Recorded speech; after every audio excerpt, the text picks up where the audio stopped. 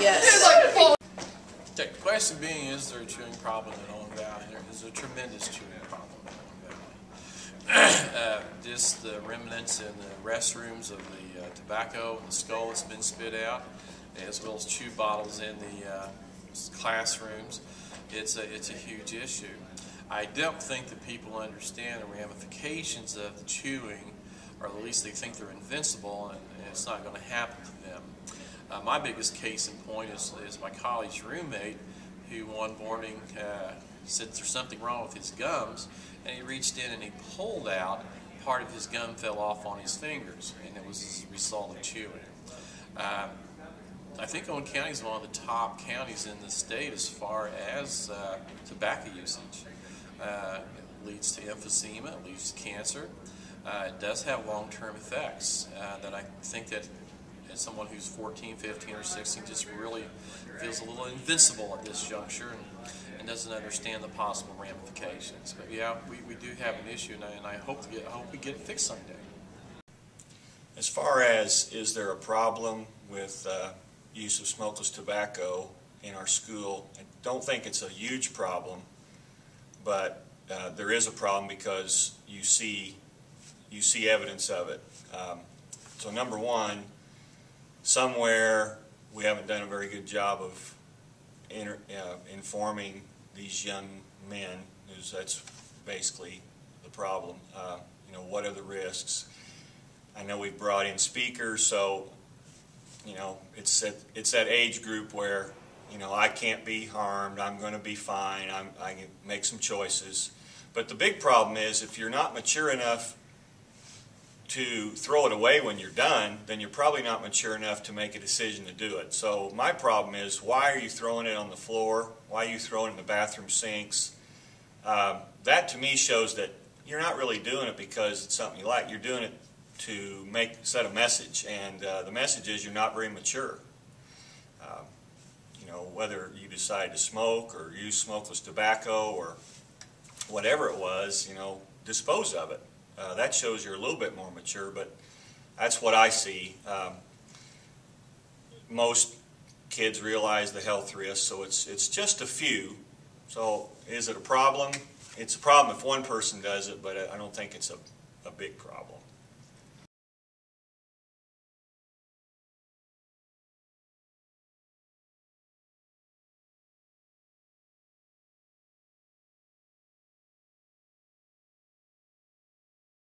I honestly think the teachers are not hard enough on the kids. No, they are not.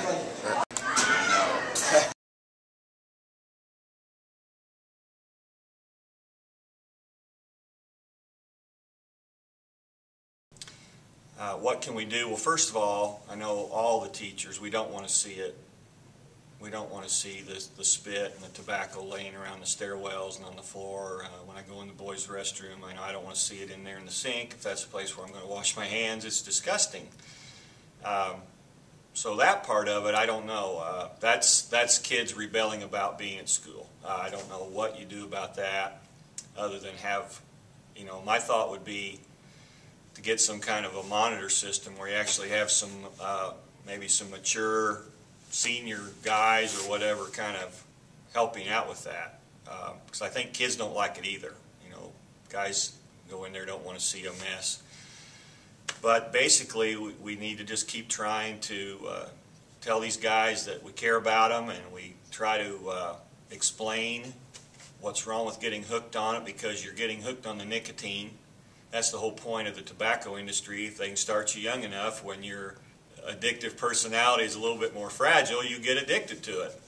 And you may not even end up liking it, but you realize you need that little bit of nicotine every day. So continue to try to educate them, not really come down hard on them, but more that we want you to stop because we care about you, not because you're breaking a rule. And I hope that maybe we can get that message across. We don't have it to everybody, obviously, so we just need to keep working hard at that.